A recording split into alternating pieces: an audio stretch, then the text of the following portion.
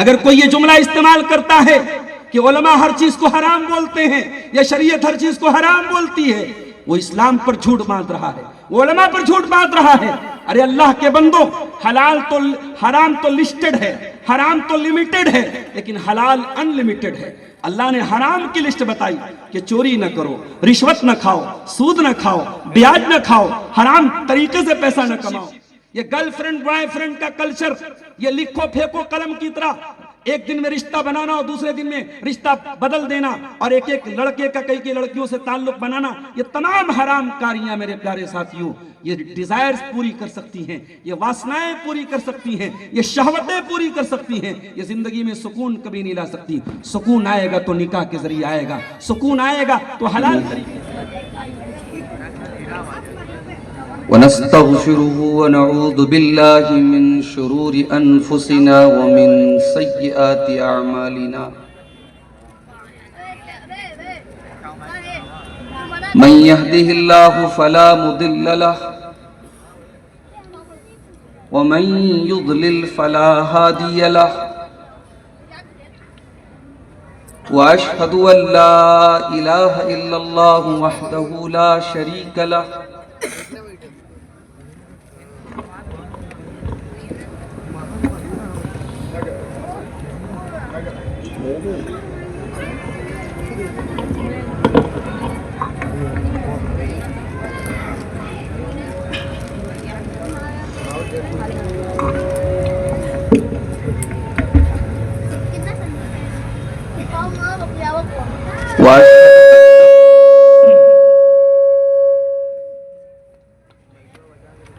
وأشهد أن محمدًا عبده ورسوله، يا أيها الذين آمنوا اتقوا الله حق تقاته ولا تموتن إلا وأنتم مسلمون،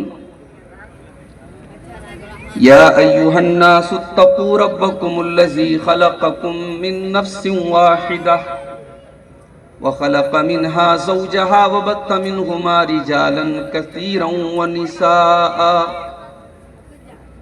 واتقوا الله الذي تساءلون به والأرحام إن الله كان عليكم رقيبا، يا أيها الذين آمنوا اتقوا الله وقولوا قولا سديدا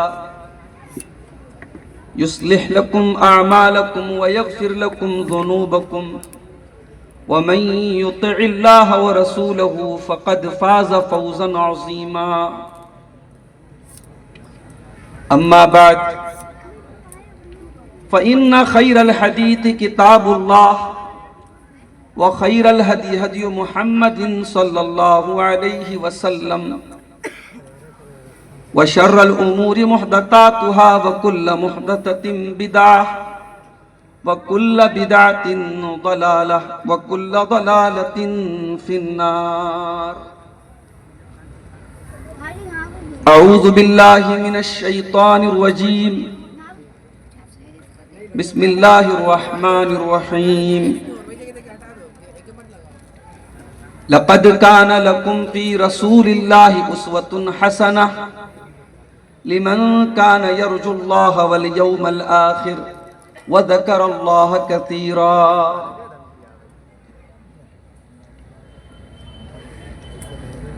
محترم صدر اجلاس، علماء کرام، محترم بزرگوں، نوجوان ساتھیوں، ماؤں اور بہنوں، پیارے بچوں، مقامی جمعیت اہل حدیث بجرڈیہا کی جانب سے آج کا یہ شاندار پروگرام منعقد ہوا ہے، اور ملک کے نامور علماء اور خطبہ کو آج اس پروگرام میں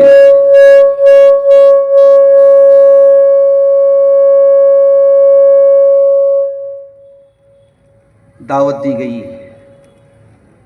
میں چونکہ اسی شہر بنارس سے تعلق رکھتا ہوں اور آپ حضرات کے بیچ میں ہی رہتا ہوں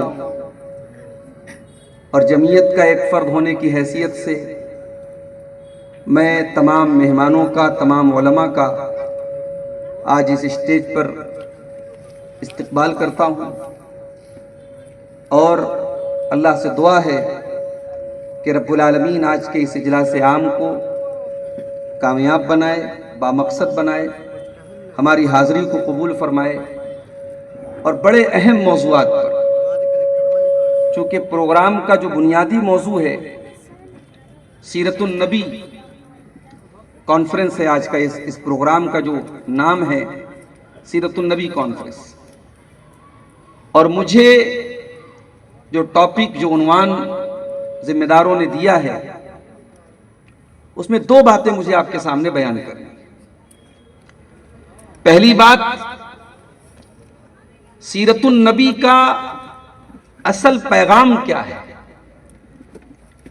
اللہ کے پیارے نبی کی سیرت سے ہمیں کیا سبق ملتا ہے، کیا پیغام ملتا ہے، ایک چیز تو یہ بتانی ہے مجھے۔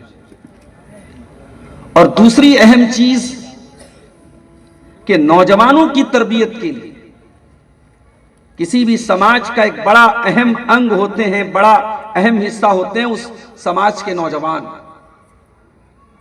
کہا جاتا ہے کہ قومیں بگڑتی اور بنتی ہیں نوجوانوں سے۔ نوجوان کسی بھی سوسائٹی کی اسٹرینتھ ہوتے ہیں، طاقت ہوتی ہے۔ تو نوجوانوں کی تربیت کے تعلق سے، ان کی پرسنالٹی ڈیولپمنٹ کے تعلق سے، ان کی شخصیت کو بنانے کے تعلق سے اللہ کے پیارے نبی کی سیرت میں ہمیں کیا رہنمائی ملتی ہے، یہ میرا آج کا ٹاپک ہے۔ میرے بھائیوں، نبی اکرم صلی اللہ علیہ وسلم کی سیرت اس دنیا کے کامل ترین انسان کی سیرت ہے۔ آپ کے جیسا انسان نہ آیا ہے نہ آئے گا۔ آپ کی شخصیت ہر اعتبار سے مکمل شخصیت ہے، اور یہی وجہ ہے کہ رہتی دنیا تک کے لیے اللہ تعالیٰ نے اگر نمونہ اور آئیڈیل اگر کسی کی ذات کو قرار دیا ہے، کسی شخصیت کو اگر قرار دیا ہے، تو وہ شخصیت جناب محمد رسول اللہ صلی اللہ علیہ وسلم کی ہے۔ سورہ احزاب کی وہ آیت جو میں نے آپ کے سامنے خطبہ مسنونہ کے بعد پڑھی ہے، اس آیت میں اللہ نے یہی پیغام دیا، لَقَدْ كَانَ لَكُمْ فِي رَسُولِ اللَّهِ أُسْوَةٌ حَسَنَةٌ لِمَنْ كَانَ يَرْجُو اللَّهَ وَالْيَوْمَ الْآخِرَ۔ میرے رسول کی زندگی اسوہ حسنہ ہے، بہترین نمونہ ہے۔ اگر تمہیں کسی کو آئیڈیل بنانا ہے، نمونہ بنانا ہے، تو نمونہ بنانے کے لیے سب سے بہترین اگر کوئی ہستی ہے تو اللہ کے رسول کی ہستی ہے۔ آپ کے اخلاق اور آپ کے کیریکٹر کی گواہی اللہ نے دی، اور قرآن کے 29ویں پارے میں اللہ نے اعلان کر دیا، وَإِنَّكَ لَعَلَىٰ خُلُقٍ عَظِيمٍ۔ اے نبی، آپ عظیم اخلاق کے مالک ہیں، آپ کے جیسا اخلاق کسی کا نہیں ہے۔ اللہ کے رسول کی زندگی کا سب سے بڑا سبق کیا ہے؟ آپ دنیا میں کیا مشن لے کر کے آئے، کیا دینے کے لیے آئے؟ آئیے قرآن سے پوچھتے ہیں۔ سورہ آل عمران میں اللہ فرماتا ہے، لَقَدْ مَنَّ اللَّهُ عَلَى الْمُؤْمِنِينَ إِذْ بَعَثَ فِيهِمْ رَسُولًا مِّنْ أَنفُسِهِمْ يَتْلُو عَلَيْهِمْ آيَاتِهِ وَيُزَكِّيهِمْ وَيُعَلِّمُهُمُ الْكِتَابَ وَالْحِكْمَةَ وَإِن كَانُوا مِن قَبْلُ لَفِي ضَلَالٍ مُّبِينٍ۔ اللہ کے نبی دنیا میں 3 کام کرنے کے لیے آئے۔ یتلو علیہم آیاتی، وہ اللہ کے بندوں کو قرآن پڑھ کے سنانے کے لیے آئے، وہ قرآن کی تلاوت کرنے کے لیے آئے، قرآن کو پڑھنے کے لیے آئے۔ کیا مطلب؟ قرآن نازل ہوا، لیکن قرآن کے ساتھ ساتھ قرآن کو ایکسپلین کرنے والے کی ضرورت تھی، قرآن کی ویاخیا کرنے والے کی ضرورت تھی، قرآن کو انٹرپریٹیشن کرنے والے کی ضرورت تھی۔ اس مقصد کے لیے اللہ نے قرآن کے ساتھ ساتھ صاحب قرآن کو بھیجا۔ یتلو علیہم آیاتہ، وہ نبی تم کو قرآن کی آیتیں پڑھ کے سناتے ہیں۔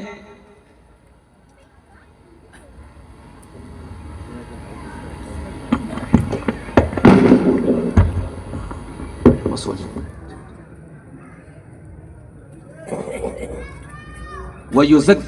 وَيُزَكِّيهِمْ، اور وہ نبی لوگوں کا تزکیہ کرنے کے لیے آئے، لوگوں کو گندگیوں سے پاک کرنے کے لیے آئے، برے اخلاق سے، بری چیزوں سے، ہر قسم کی گندی رسم و رواج سے، ہر قسم کی گندگی سے انسانیت کو پاک کرنے آئے۔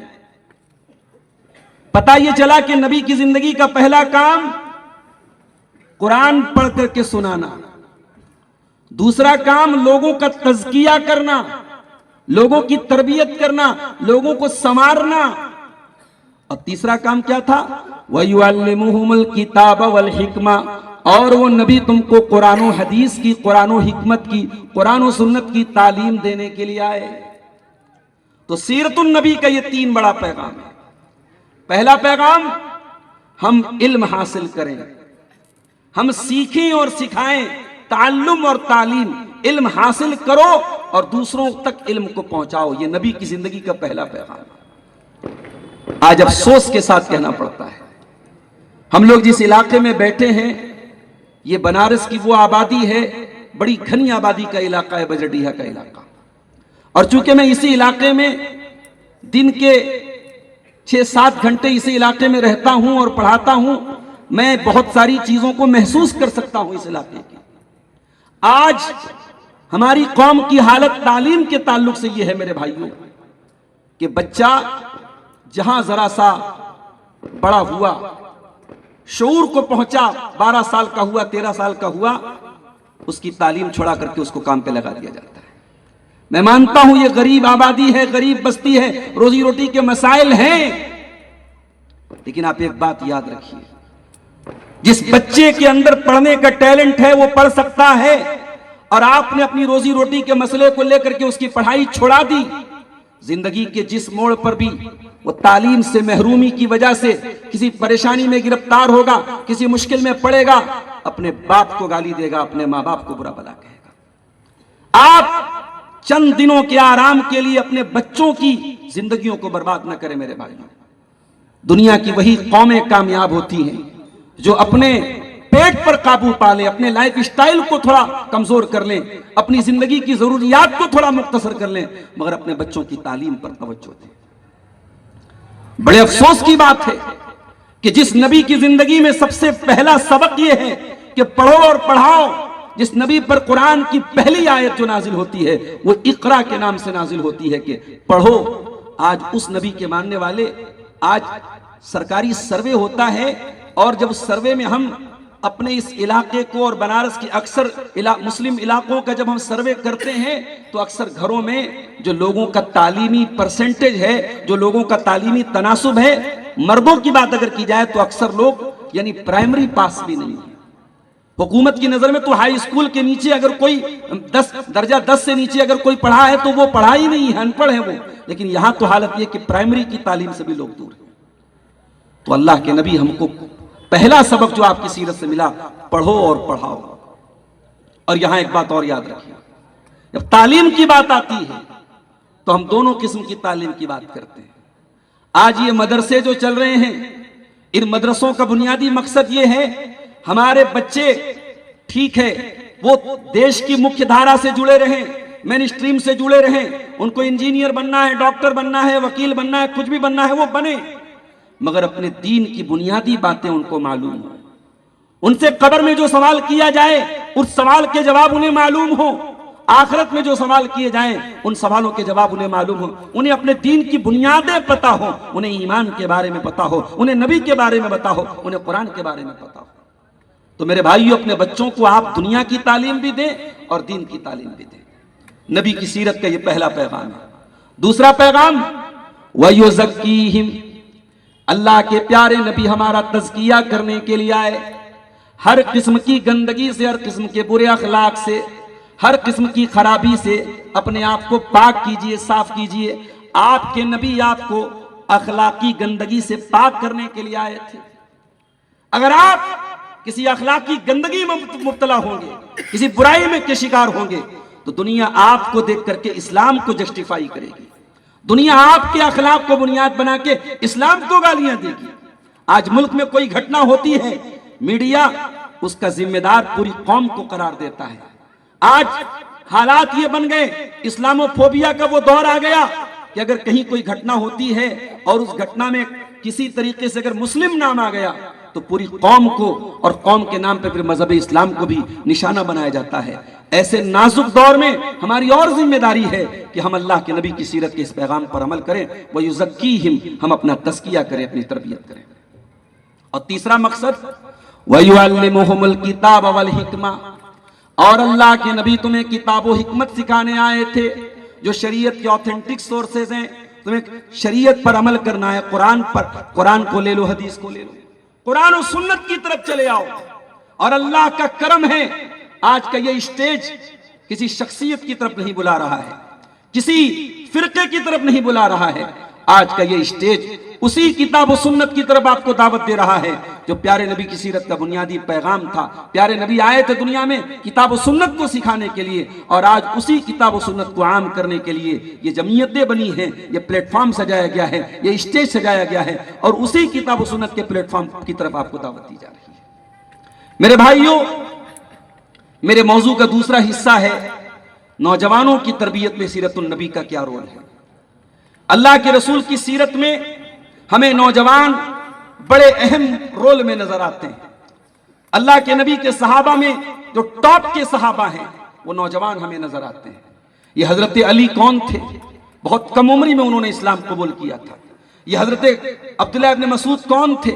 بہت کم عمری میں 20-22 سال کی عمر میں انہوں نے اسلام قبول کیا۔ یہ حضرت بلال، یہ حضرت زید بن حارثہ، یہ مصعب بن عمیر، یہ حضرت خالد بن ولید، یہ تمام کے تمام صحابہ جو اسلام کے سرخیل صحابہ ہیں، جو پیارے نبی کے ٹاپ کے صحابہ ہیں، جنہوں نے اپنے خون جگر سے اسلام کے پودے کو سینچا ہے، اسلام کے پودے کو پانی دیا ہے اور پیارے نبی کا ساتھ دیا ہے، یہ اکثر صحابہ اس میں سے نوجوان تھے۔ اللہ کے نبی کی جو ٹیم تھی صحابہ کی، اس میں میجورٹی نوجوانوں کی تھی۔ میرے پیارے ساتھی، ایک نوجوان جب جوانی کی دہلیز پہ قدم رکھتا ہے تو 3 چیزیں اس کی زندگی میں بہت بڑا مسئلہ بن کے سامنے آتی ہیں۔ ایک نوجوان کے سامنے بہت بڑا مسئلہ جب وہ ٹین ایج کو پہنچتا ہے، جب کوئی بچہ یا بچی جب بلوغت کی حدوں کو پہنچتے ہیں، جب ان کے ہارمونز چینج ہونے لگتے ہیں تو ان کے اندر شہوت کے جذبات پیدا ہوتے ہیں، شہوانی خیالات پیدا ہوتی ہیں، ان کے اندر جنسی تقاضے پیدا ہوتے ہیں۔ اللہ کے نبی کی سیرت میں اور ہماری شریعت اسلامیہ میں ان تقاضوں کی رعایت بھی کی گئی ہے۔ ایک نوجوان جب جوانی کی دہلیز پر پہنچے اور اس کے جسم میں جب ہارمونل چینجز آنے لگے، لڑکی بالغ ہو جائے، لڑکا بالغ ہو جائے، ان کے اندر شہوت پیدا ہو جائے، تو اسلام اس جذبے کو اور اس ضرورت کو اور اس نیچرل ڈیزائر کو اسلام سمجھتا ہے اور اس کے تقاضوں کو صحیح طریقے سے پورا کرنے کی دعوت دیتا ہے۔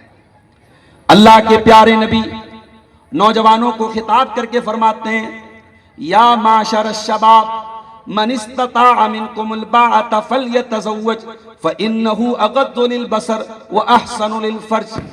اے نوجوانوں، جب تم شادی کے قابل ہو جاؤ، جب تم نکاح کی ذمہ داری اٹھانے کے قابل ہو جاؤ تو نکاح کر لو۔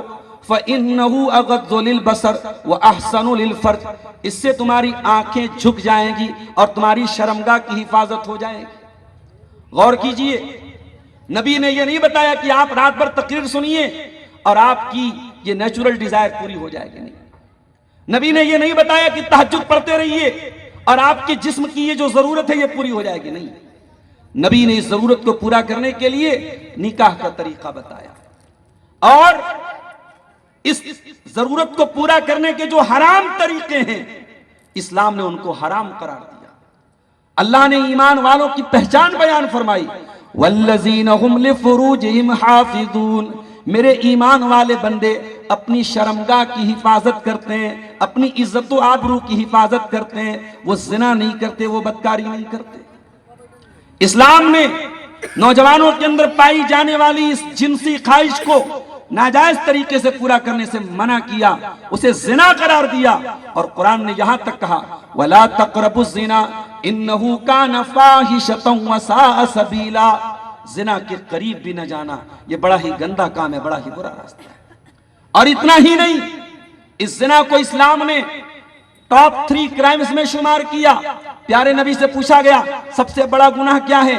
آپ نے فرمایا ان تجعل للہ ندا وہو خلقک، سب سے بڑا گناہ یہ ہے کہ تم اللہ کا درجہ کسی اور کو دے دو۔ تمہیں پیدا کرنے والا اللہ، تمہیں بنانے والا اللہ، اور یہ درجہ تم کسی اور کو دے دو، یہ سب سے بڑا پاپ ہے، سب سے بڑا گناہ ہے۔ پھر پوچھا گیا اللہ کے نبی دوسرے نمبر پہ سب سے بڑا گناہ کیا ہے؟ آپ نے فرمایا ان تقتل ولدک خشیۃ ان یطعم معک، اپنی اولاد کو قتل کر دو اس ڈر سے کہ وہ تمہارے ساتھ کھائے گی۔ پھر پوچھا گیا تیسرا کون سا گناہ ہے؟ آپ نے فرمایا ان تزانی حلیلۃ جارک، اپنے پڑوسی کی بیوی کے ساتھ زنا کرو۔ پڑوسی کی بیوی کا نام اس لیے لیا گیا کیونکہ پڑوسی پر بھروسہ کرتا ہے، اس کی بیوی کے ساتھ زنا یہ اور بڑا گناہ ہے، لیکن مطلق طور پہ زنا یہ اسلام کی نظر میں تیسرا بڑا گناہ ہے۔ میرے پیارے ساتھی، اسلامی حکومت اگر ہو، اسلامی قانون اگر لاگو ہو، اگر کنوارا لڑکا لڑکی زنا کرے تو 100 کوڑے کی سزا ہے، اور شادی شدہ مرد و عورت زنا کرے تو ان کے لیے پتھروں سے مار مار کے ختم کر دینے کی سزا ہے۔ اسلام نے ایک نوجوان لڑکا اور لڑکی کے اندر پائے جانے والے اس تقاضے کی رعایت کی ہے، اس کو نکاح کا حکم دیا ہے۔ لڑکا جوان ہو جائے، لڑکی جوان ہو جائے، گارجین کو حکم دیا گیا اس کا نکاح کیا جائے، نکاح میں تاخیر نہ کی جائے۔ اللہ کے پیارے نبی فرماتے ہیں اذا خطب الیکم ممن ترضون دینہ وخلقہ فزوجوہ، جب تمہارے لڑکے لڑکیوں کے لیے اچھے رشتے آ جائیں، دیندار رشتے آ جائیں، اخلاق والے رشتے آ جائیں تو ان کا نکاح کر دو۔ الا تفعلوا، اگر تم ایسا نہیں کرو گے تکن فتنۃ فی الارض وفساد عریض، تو زمین کے اندر بہت فتنہ اور فساد پھیل جائے گا۔ اور آج وہ فتنہ اور فساد پھیل چکا ہے میرے ساتھی، آپ کے تصور کے پرے ہے، آپ کی سوچ سے بھی بہت اوپر ہے۔ یہ سماج کہاں جا چکا ہے؟ سماج اس لیول پر پہنچ چکا ہے کہ وہ لڑکے اور لڑکیاں جو ابھی بہت کم سن اور کم عمر ہیں، اسکولوں میں پڑھنے والی اور بہت یعنی کم عمر بچیاں 12-13 سال جو ابھی بلوغت کی حدوں کو پہنچی ہیں، آج وہ بچیاں اور وہ لڑکے جو 12-13 سال کے لڑکے ہیں، آج وہ لڑکے اور لڑکیاں اس سوشل میڈیا کی وجہ سے، اس پورنوگرافی کی وجہ سے، اس شہوانی خیالات کو بہت زیادہ سماج میں بھڑکانے کی وجہ سے آج ایسا ماحول کریٹ کر دیا گیا کہ اس چھوٹی عمر کے بچے بچیاں بھی زناکاری کی لعنت میں ملوث ہیں۔ میرے پیارے ساتھی، ایک نوجوان کے سامنے جب وہ جوان ہوتا ہے، یہ بہت بڑا مسئلہ ہوتا ہے، جنسی خواہشات کا مسئلہ۔ اسلام نے اس کو حل کیسے کیا؟ کہا کہ نکاح کر دو، اور جب نکاح کرو گے تو قرآن کہتا ہے پھر تمہاری زندگی میں سکون آئے گا۔ لہٰذا سماج کی آدھی پرابلم اور آدھے مسئلے تو اس سے ختم ہو جائیں گے اگر صحیح وقت پہ لڑکے لڑکیوں کی شادی کی جائے۔ یہ سماج میں جو بے سکونی ہے، جو اشانتی ہے، جو ہنگامے ہیں، جو پریشانیاں ہیں، جو ڈپریشن ہیں، جو لڑکے لڑکیاں مختلف بیماریوں، آج سوسائڈ کی گھٹنائیں ہمارے مسلم علاقوں میں سننے کو ملتی ہیں۔ فلاں لڑکے نے سوسائڈ کر لیا، فلاں لڑکی نے سوسائڈ کر لیا۔ یہ سوسائڈ کی بڑھتی ہوئی گھٹنائیں اس بات کا ثبوت ہے کہ نوجوان ڈپریشن کا شکار ہو رہا ہے، نوجوان اسٹریس کا شکار ہو رہا ہے، نوجوان اپنے ذہن پر دباؤ ڈال رہا ہے۔ اور قرآن کہتا ہے اس دباؤ کو دور کرنے کا بہت بہترین طریقہ یہ ہے صحیح وقت پہ شادی کی جائے۔ جب انسان اپنے اس تقاضے کو صحیح طریقے سے پورا کرے گا، شادی کے بندھن میں بندھے گا، تو چاہے وہ مرد ہو چاہے وہ عورت ہو، ان کی زندگی میں سکون آ جائے گا۔ اللہ فرماتا ہے وَمِنْ آيَاتِهِ أَنْ خَلَقَ لَكُم مِّنْ أَنفُسِكُمْ أَزْوَاجًا لِتَسْكُنُوا إِلَيْهَا وَجَعَلَ بَيْنَكُم مَّوَدَّةً وَرَحْمَةً۔ اے میرے بندو، اللہ کی بہت بڑی نشانی یہ ہے کہ اس نے تمہارے جوڑے بنائے، تمہاری بیویوں کو بنایا تاکہ تم ان سے سکون حاصل کرو۔ یہ حرام لا سکتی، سکون آئے گا تو نکاح کے ذریعے آئے گا، سکون آئے گا تو حلال طریقے سے آئے گا، اور اسلام اور پیارے نبی ہمیں اسی کی طرف رہنمائی کرتے ہیں۔ اور آگے بڑھیے، نوجوان کی زندگی میں دوسرا بڑا مسئلہ کیریئر کا مسئلہ۔ آگے وہ کیا بنے گا، کیا کرے گا؟ نوجوان جب دنیا میں شعور کو پہنچتا ہے، جب تھوڑا سمجھدار ہوتا ہے، دیکھتا ہے دنیا میں ریس لگی ہے، فلاں پیسہ کما رہا اس سے زیادہ پیسہ کماؤ، فلاں نے زمینیں خریدو اس سے زیادہ زمین خریدو، فلاں کا لاکھوں کا کاروبار ہے، ہمیں کروڑوں کا کاروبار کرنا ہے۔ اسلام یہ کہتا ہے کہ تم پیسہ کماؤ، تم دولت کماؤ، تم امیر بنو، مگر اسے زندگی کا مقصد نہ بناؤ. بہت زیادہ دولت اکٹھا کر لینا یہ زندگی کا مقصد نہ بناؤ. اللہ کے پیارے نبی فرماتے ہیں لیس الغنا عن کثرت العرض ولکن الغنا غنى النفس. ارے بہت دولت آ گئی، بہت سامان آ گیا، لیکن سکون نہیں مل پائے گا. دنیا کے بڑے بڑے ارب پتیوں کو بھی راتوں میں نیند نہیں آ رہی ہے. کبھی چوروں کا ڈر ہے، کبھی ای ڈی کا ڈر ہے، کبھی سی بی آئی کا ڈر ہے، کبھی انکم ٹیکس کا ڈر ہے. اور غریب بیچارہ جس کی کوئی خاص آمدنی نہیں ہے وہ بڑے سکون سے رات میں سوتا ہے. میرے پیارے ساتھیوں، پیارے نبی نے بہت بڑا میسج دیا، بہت بڑا پیغام دیا. لیس الغنا غنى العرض. سامان کا زیادہ ہو جانا، دولت کا زیادہ ہو جانا یہ مالداری نہیں ہے. مالداری نفس کی مالداری ہے. مالداری یہ ہے کہ آپ کا دل پرسکون ہو، آپ کا نفس مطمئن ہو. ہماری شریعت ہم سے یہ کہتی ہے ہم پیسہ کمائیں، لیکن پیسہ کمانے کی دوڑ میں اندھے نہ ہو جائیں. پیسہ کمائیں مگر سوچ یہ نہ ہو کہ پیسہ آنا چاہیے چاہے جیسے آئے. سوچ یہ ہونی چاہیے پیسہ حلال طریقے سے آئے. اور حلال کا طریقہ کیا ہے؟ معاف کیجئے گا، آج مزاج ایسا بنا دیا گیا جب ہم حلال حرام کی بات کرتے ہیں تو کچھ لوگ کہتے ہیں مولوی صاحب بس کیجئے، آپ تو ہر چیز کو حرام کہتے ہیں. اللہ اکبر. اگر کوئی یہ جملہ استعمال کرتا ہے کہ علماء ہر چیز کو حرام بولتے ہیں یا شریعت ہر چیز کو حرام بولتی ہے، وہ اسلام پر جھوٹ باندھ رہا ہے، وہ علماء پر جھوٹ باندھ رہا ہے. ارے اللہ کے بندو، حرام تو لسٹڈ ہے، حرام تو لمیٹڈ ہے، لیکن حلال ان لمیٹڈ ہے. اللہ نے حرام کی لسٹ بتائی کہ چوری نہ کرو، رشوت نہ کھاؤ، سود نہ کھاؤ، بیاج نہ کھاؤ، حرام طریقے سے پیسہ نہ کماؤ، لیکن حلال کی کوئی لسٹ نہیں بنائی. اللہ نے فرمایا یا ایھا الذین آمنوا کلوا مما فی الارض حلالا طیبا. اے ایمان والو، زمین میں جتنی حلال روزی ہے، جتنی پاک روزی ہے تم کھا سکتے ہو. حلال کھانے پہ کوئی پابندی نہیں ہے. حلال پیسہ کتنا کما سکتے ہو کماؤ نا. اور بات یاد رکھیے گا، صحابہ میں سارے صحابہ پھٹے پرانے کپڑے پہننے والے نہیں تھے، سارے صحابہ جھوپڑی میں رہنے والے نہیں تھے.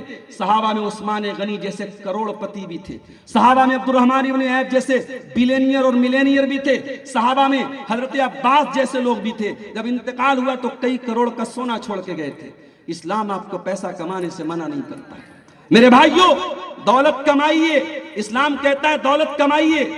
آپ کی مسجدیں اسی دولت سے چلیں گی، آپ کے مدرسے اسی دولت سے چلیں گے، یہ دعوت کے کام اس دولت سے چلیں گے.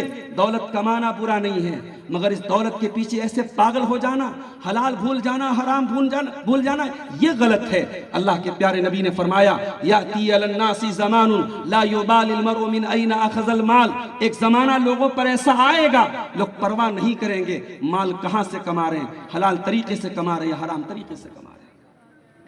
میرے پیارے ساتھیوں، آج اذان ہو رہی ہے، مسجد بغل میں ہے، گدی پہ بیٹھ کے ہمارے بنارس کا ساڑی کا کاروبار کر رہا ہے. اذان کی آواز اس کے کانوں تک پہنچ رہی ہے، مگر اس کے بزنس، اس کے ٹرانزیکشن، اس کے کاروبار پہ کوئی فرق نہیں پڑ رہا ہے. یہ ایمان والے کی پہچان نہیں ہے، یہ مومن کی پہچان نہیں ہے. مومن کی پہچان کیا ہے؟ رجال لا تلہیہم تجارت ولا بیع عن ذکر اللہ وإقام الصلاة وإيتاء الزكاة يخافون يوما تتقلب فيه القلوب والأبصار. اللہ کے نیک بندے وہ ہیں، ان کا کاروبار